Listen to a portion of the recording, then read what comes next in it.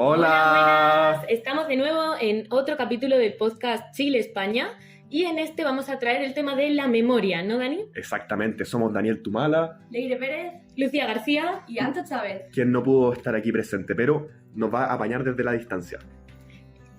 Bueno, como ya sabéis, somos estudiantes, tanto españoles como chilenos, de la Universidad de Chile y estamos haciendo este podcast para hablar del intercambio cultural entre ambos países. En este capítulo nos centraremos en la memoria en el exilio, particularmente de Chile a España. Esto lo vamos a hacer en colaboración con dos grandes autores que son Carolina Espinosa y Nico Cox. Carolina Espinosa es una periodista que basó su tesis doctoral en el exilio político chileno en España, mientras que Nico es un artista visual que con su arte intenta hacer mucha reivindicación política sobre la memoria.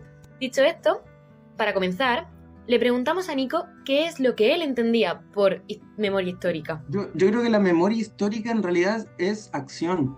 Yo lo veo como eso. Yo creo que la memoria histórica en realidad creo que como que esa frase, ese eslogan que da vuelta como ese para que nunca más, creo que se queda corto en realidad. Porque creo que es que ese cambio tiene que ser ahora y la forma de que ese cambio resulte es teniendo... O sea, es cargar con los muertos, saber que tenéis los muertos encima, o sea, y tanto los muertos como tanto la imposición de lo que les decía delante, o sea, de esa forma que tenemos de pensar, de sentir, o sea, nos cagaron la vida, básicamente, en Chile y en todos los lugares donde ha habido dictadura, o sea, creo que es brutal y creo que la memoria histórica tiene que ver con eso, con una acción urgente de la hora, o sea, no es como una especie como de solo de revisionismo a partir de lo que pasó, sino de eso que pasó está pasando y sigue doliendo fuerte y sigue siendo, digamos, el proceso histórico que de alguna forma sepultó y al mismo tiempo levantó la manera en la que tenemos de ver la vida y hacer la vida. Ya, ahora para centrarnos en las relaciones que tuvieron el proceso de recuperación de memoria histórica en Chile y en España, Carolina nos contextualiza y nos muestra las similitudes en ambos casos. Entonces, se juntan una serie de peculiaridades al recibir el exilio republicano en Chile, como por ejemplo que quien va a recibir en el gobierno de Pedro Aguirre Cerda, que es un gobierno también de Frente Popular, donde en alguna manera Chile, Francia y España entre el 32 y el 38 coinciden con tres estados que comparten una forma de gobernar que es el Frente Popular. Por lo tanto, hay una hermandad, por decirlo, hay un sustrato de solidaridad que ya está preparado y por lo tanto se recibe esto de que se grafica como algo romántico, ¿no? De recepción del exilio chileno, tiene su sustrato político respecto a este campo que estoy describiendo, ¿no? Ese es el contexto de recepción del exiliado republicano a Chile, no es cualquiera. Y para más Inri, el ministro de Salud en esa época de Sanidad era Salvador Allende, con lo cual, que había nacido en Valparaíso, con lo cual es doble o triplemente emblemático. Ahora, esos exiliados españoles, la mayoría se queda por la zona central, hay mucho que todavía vive en Valparaíso, otros van hacia los Andes, otros emigran, pero fundamentalmente en la zona central, que es la zona mediterránea, no hay mucho contexto de españoles, salvo los más aventureros, que se vayan hacia los extremos, ¿no? Hacia Antofagasta o Punta Arenas, que esos son más de ámbito croata o de Europa del Este, que es una migración que llega también con la Segunda Guerra, pero un poquito después. Entonces, eso por un lado, ¿no? El contexto de recepción de los republicanos en un periodo emblemático que es el Frente Popular chileno. A la contra, tenemos el contexto del caso de 40 años más tarde, donde efectivamente incluso muchos hijos de personas de origen de español que también habían llegado no solamente en el Winnipeg, sino que a través de diferentes éxodos hacia Chile, con toda esa imaginería política del exilio español, donde que crece en sus casas, ¿no? Como diciendo, bueno, hay que luchar por los derechos de las personas, por los derechos de la clase obrera.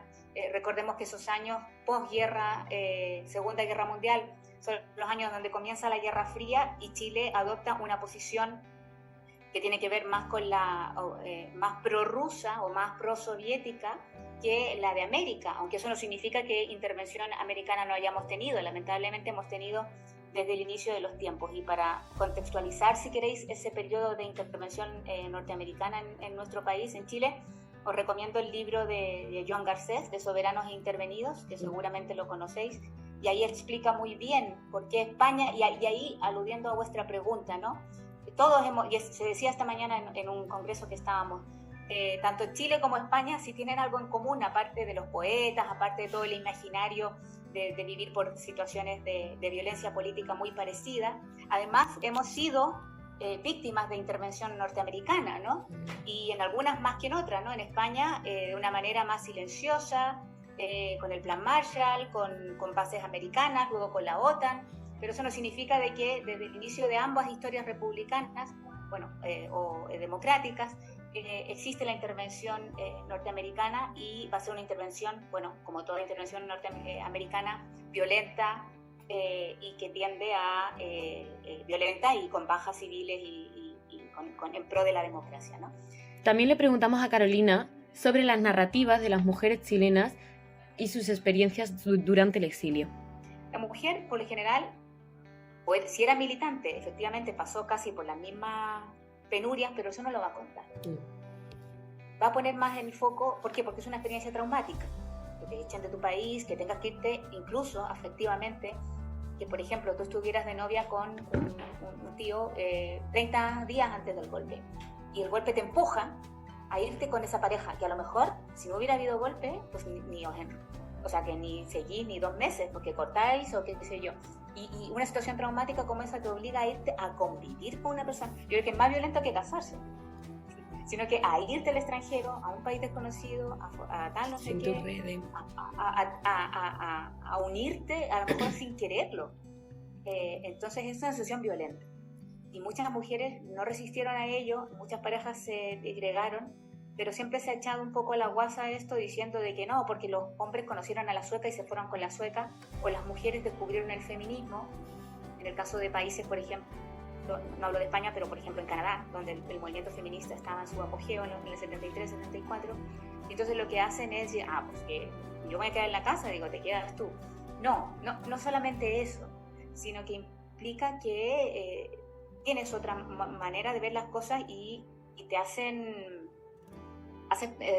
tienes, como que olvidas el trauma, lo dejas aparcado en tu cerebro y empiezas a funcionar. Digo, llego a un país de habla no hispana, vale, pues tendré que aprender el idioma, y si tenemos niños, pues habrá que escolarizarlos, y si no los 2 sueldos no dan un sueldo no da para vivir, pues yo tendré que hacer otra cosa, y si 2 sueldos no tendrán para vivir, pues tendré que doblar turnos.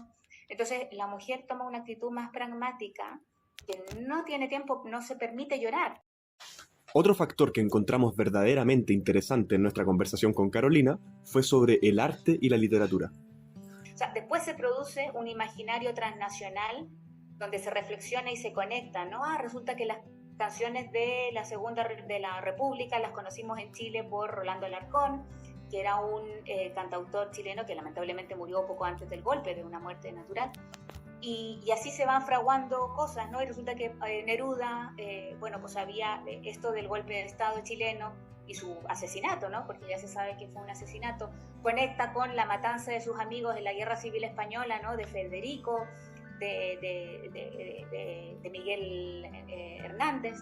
Entonces, ahí se producen, la literatura se encarga luego de unificar, ¿no? Y de generar un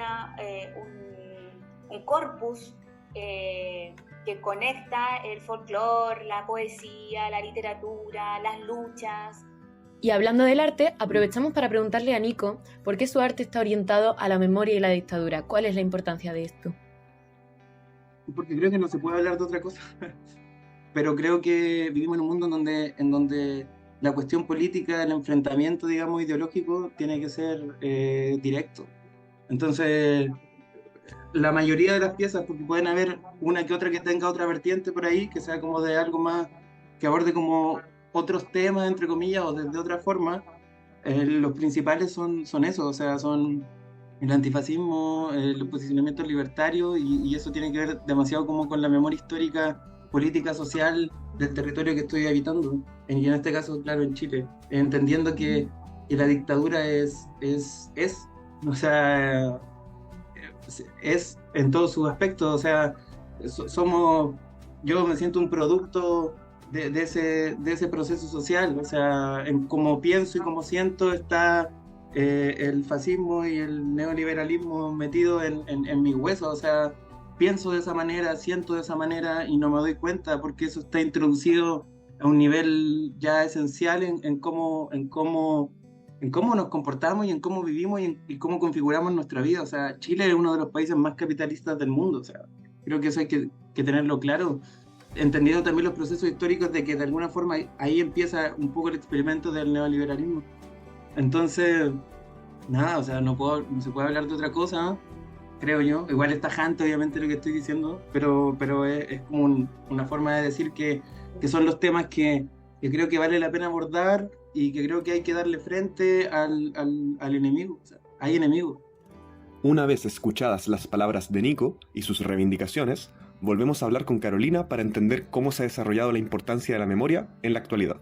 Había tanto miedo y durante tantos años, en el caso español, que eso implicó que las manifestaciones de protesta públicas, masivas, fueran en el último tercio. Y en Chile yo creo que nunca se dejó la calle. Nunca. Otra cosa es que, nunca. Entonces eso es lo curioso, ¿no? Pero yo también lo veo a que fue una dictadura más corta si la comparamos con la española, y por lo tanto el miedo durante tanto tiempo anquilosado, heredado de generación en generación, por supuesto que ahí hay un factor que inhibe, ¿no? Un poco esa difusión. Es mayor el miedo que existe. La dictadura franquista mató más cosas que la chilena. Entonces eso significa que recuperar de nuevo todo es mucho más difícil. No digo imposible, pero obviamente que los procesos de recuperación de memoria iban a ser infinitamente más lentos, y además porque había habido una guerra civil. Entonces, que es supuestamente lo que te dicen todos, que es la peor guerra porque es la guerra entre hermanos, bla, bla, bla. Entonces, yo no creo que ninguna guerra sea mejor o peor, son todas malas, pero especialmente lo que se quiere decir con eso es que el hermano el hijo de ese hermano y el letal no sé qué han seguido reproduciendo esas lógicas de violencia o de silencio. Entonces esto mismo lo podemos ver extrapolado a los pueblos al día de hoy. Y entonces por eso ese silencio se ha perpetuado, se ha alimentado, y por eso genera esa resistencia a los procesos de memoria democrática, que eso hace que Franco haya sido sacado recién hace 2 años, que los procesos de recuperación de recuperación democrática estén en suspenso cuando cambia el gobierno de turno, ¿no? A nadie se le ocurre, incluso con Piñera ha habido cosas de recuperación democrática. Quizá no se le otorga en la partida presupuestaria estatal la misma partida si hubiera un gobierno de izquierdas, pero no han desaparecido porque está institucionalizado. A Piñera no se le hubiera ocurrido o no lo hubieran dejado quitar el Museo de la Memoria, por ejemplo, que tiene una parte de aporte estatal.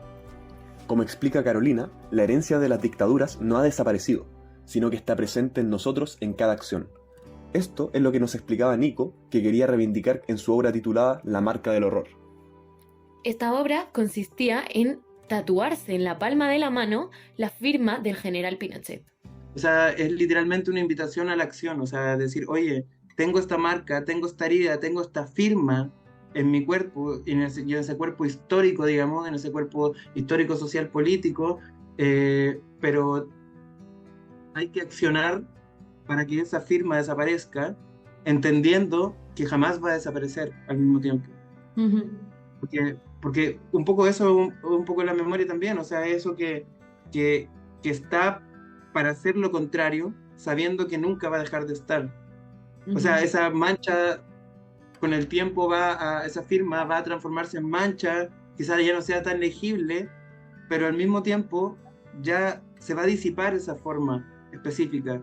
Y eso va a ser a través de las acciones de la mano.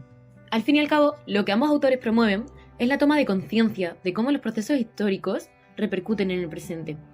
Pero nos alerta Carolina de que en cada país el proceso es diferente. Entonces lo que quiero decir con ello es que son casos que tienen procesos de recuperación de memoria absolutamente distintos, pero que están condicionados por los efectos de ambas dictaduras. Teniendo esto en cuenta, la memoria debe relacionarse con la acción situada según el contexto, como un compuesto incendiario. una memoria que tiene que ver con ese cambio radical, o sea, el fuego es radical en ese sentido, y creo que la memoria parte de esa misma base radical de que el agente transformador tiene que ser un combustible directo y tiene que ser incendiario y tiene que producir ese cambio en donde no hay vuelta atrás también, o sea, el fuego tiene eso, ¿no? Como que transforma la materia y eso no puede volver a reconfigurarse de la misma manera en la que estaba.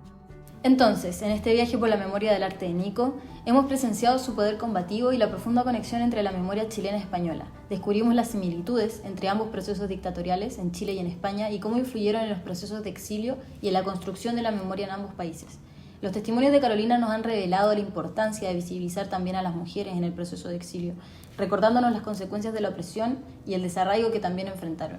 A través del arte y la literatura hemos explorado los roles transformadores en la construcción de la memoria colectiva y hemos reconocido la trascendencia de mantener viva la memoria en nuestra realidad actual. Hemos comprendido que las huellas dejadas por las dictaduras no desaparecen, pero pueden ser transformadas, y ahí radica la relevancia de lo que hemos evidenciado.